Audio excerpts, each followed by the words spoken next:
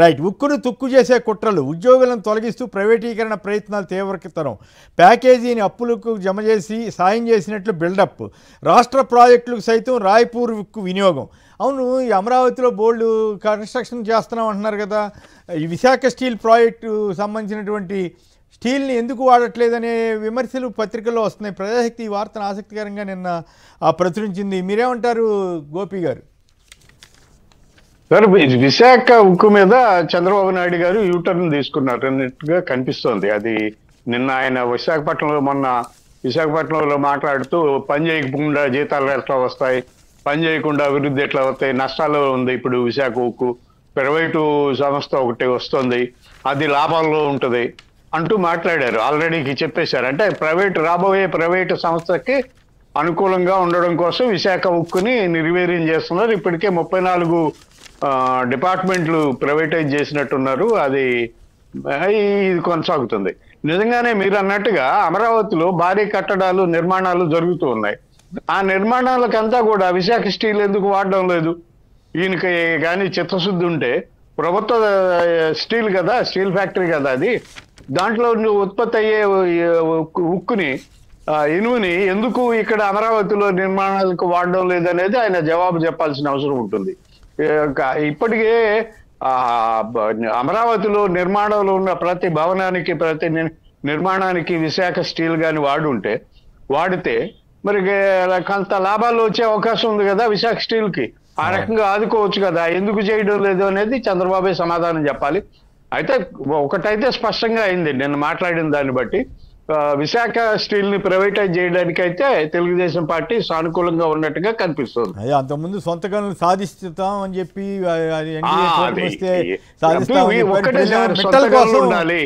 కాదు, మిట్టల్కి సొంత గనులు కేటాయించమని ప్రధానమంత్రి గారి మీద ఒత్తిడి తీసుకొస్తున్నామని చెబుతున్నారు. మరి విశాఖ స్టీల్ ఎందుకు అట్లా చేయట్లేదు అన్నది చాలామంది ప్రశ్న. ఈటీవీ కార్తీక దీపోత్సవానికి 92.04 లక్షల మంజూరు, సాధారణ పరిపాలన శాఖ ఉత్తర్వులు. సో ఇది ఈటీవీకి సంబంధించి ప్రభుత్వంతో ఉన్నటువంటి సంబంధ బాంధవ్యాలు ఈ స్థాయిలో ఉన్నాయి. చివరికి భక్తికి ఈ రకంగా ప్రభుత్వం వైపు నుంచి కూడా ఆర్థిక సాయం అనండి, డబ్బులు, వ్యాపారానికి కూడా డబ్బులు ఇచ్చే పరిస్థితికి వెళ్ళారా, లేదా ఇది పద్ధతి ప్రకారమే ఇచ్చినట్లు అనుకోవాలా? ఒక్క ఈటీవీకే అట్లా ఇచ్చారా, లేకపోతే మిగతా ఈ కార్తీక దీపోత్సవాలు, శివోత్సవాలు ఇట్లాంటి చేసే వాళ్ళందరికీ కూడా ఇస్తున్నారా? మన గోపి గారు ఏమంటారు మీరు? ఈ ఈటీవీ వాళ్ళకి 92 లక్షలు ఇచ్చారంట, బాగానే ఉందా, గిట్టుబాటు అవుతుంది అనుకోవాలా?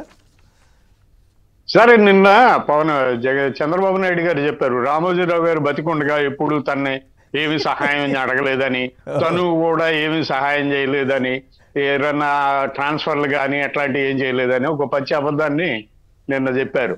అదే అబద్ధం ఇప్పుడు ఇక్కడ కంటిన్యూ అవుతుంది. ఇది కూడా చాలా పెద్ద అబద్ధమే. 92 లక్షలు ఒక టీవీ ఛానల్ కార్యక్రమానికి ఇవ్వడం అనేది మరి అది ఎంతవరకు సమర్థించుకుంటారో, ఎలా చేస్తారో మరి.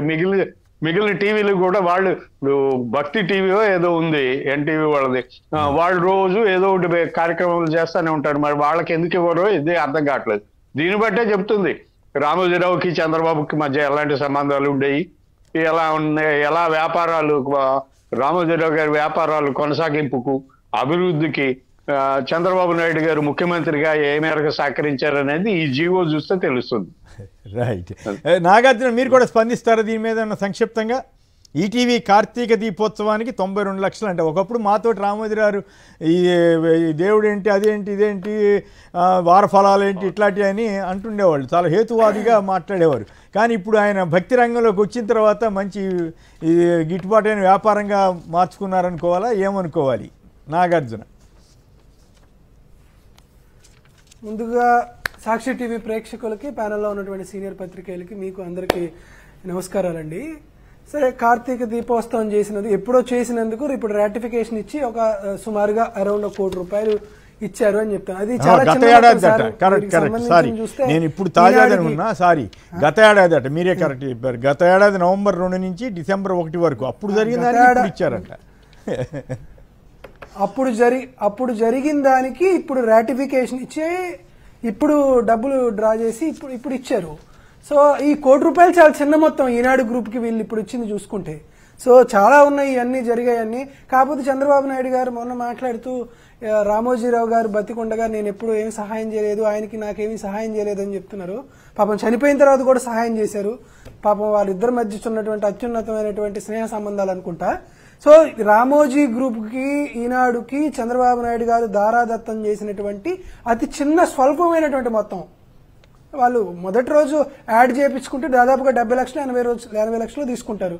నిన్నటి దానికే 70 లక్షలు 80 లక్షలు తీసుకుని ఉంటారు సింగిల్ పేజ్ కి. ఇది జరుగుతుంది ఏంటంటే సార్, నిజంగా జగన్మోహన్ రెడ్డి గారి హయాంలో నిజంగా ఒకవేళ సాక్షి గ్రూప్ కి ఇదే 91 లక్షలు వచ్చుంటే ఈ రోజు ప్రజాస్వామ్యం పునాదులతో సహా కూలిపోయింది, అన్యాయం జరిగిపోయింది. ఎక్కడున్న ఈ విలువలు ఈ ప్రభుత్వానికి? సో ఏమైపోయిందని ఆకాశం నేల దిగి కింద పడిపోయింది, భూకంపం వచ్చేసింది, ప్రపంచం తలకిందులైపోయింది అని ఈ పాటికి వార్తలు ఇవన్నీ రాసేవాళ్ళు. కాబట్టి వడ్డించేవాళ్ళు వాళ్ళు కాబట్టి ఇటువంటి చాలా ఉంటాయి. కాబట్టి ఇది చాలా చిన్న మొత్తం.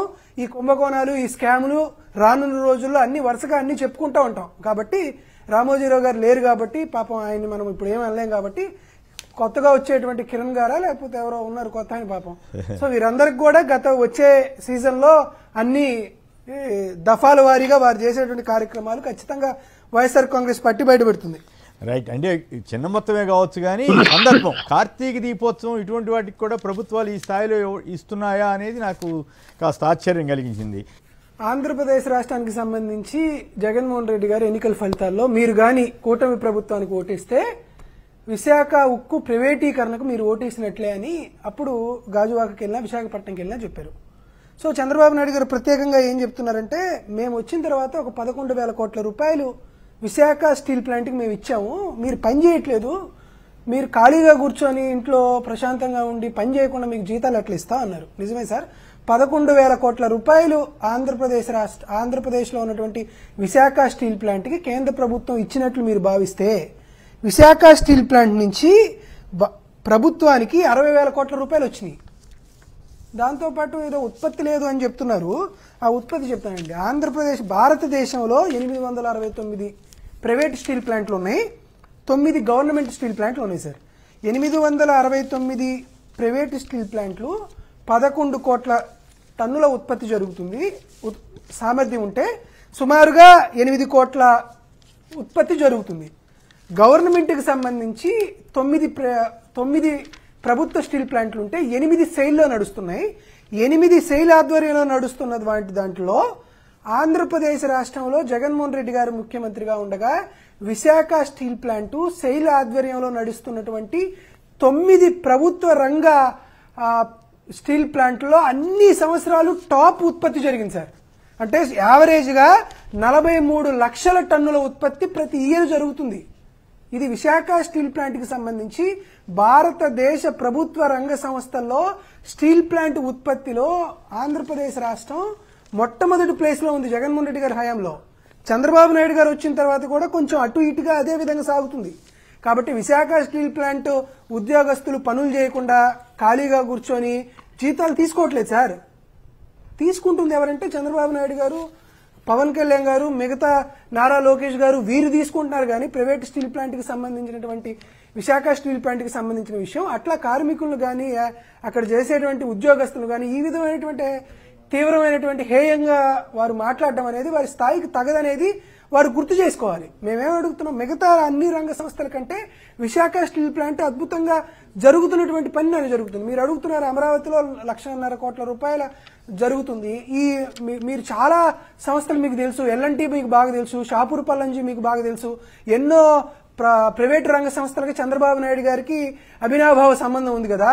ఎందుకు విశాఖ స్టీల్ ప్లాంట్కి సంబంధించి నేరుగా మీరు ఆర్డర్ ఇవ్వచ్చు కదా. అమరావతి నిర్మాణానికి సంబంధించినటువంటి వ్యవహారాలు, లేకపోతే మెడికల్ కాలేజీ నిర్మాణాలు జరుగుతున్నాయి, వాటన్నిటికీ మీరు వీటిగాడి నుంచే ఇవ్వచ్చు కదా. కాబట్టి మీకున్నటువంటి ఆప్షన్స్ అన్నిటిని వదిలేసి విశాఖ స్టీల్ ప్లాంట్ ని గాల్లో దీపంలాగా పెట్టి వారిని అట్లా గాలికి వదిలేయడం అనేది చంద్రబాబు నాయుడు గారికి తగదు. వాళ్ళు మిమ్మల్ని దేశంలోనే రాష్ట్రంలోనే అత్యధిక మెజారిటీతో మిమ్మల్ని గెలిపించారు మీ మాటలు నమ్మి. కాబట్టి వారందరినీ ఇట్లా ఉరికమ్మం ఎక్కించి ఉద్యోగస్తుల యొక్క వాళ్ళని అంత తీవ్రంగా మీరు వారిని మోసం చేయడం అనేది కూటమి ప్రభుత్వం భవిష్యత్తులో దీనికి సంబంధించినటువంటి కంపల్షన్స్ రిపల్షన్స్ ఫేస్ చేయాల్సి వచ్చింది.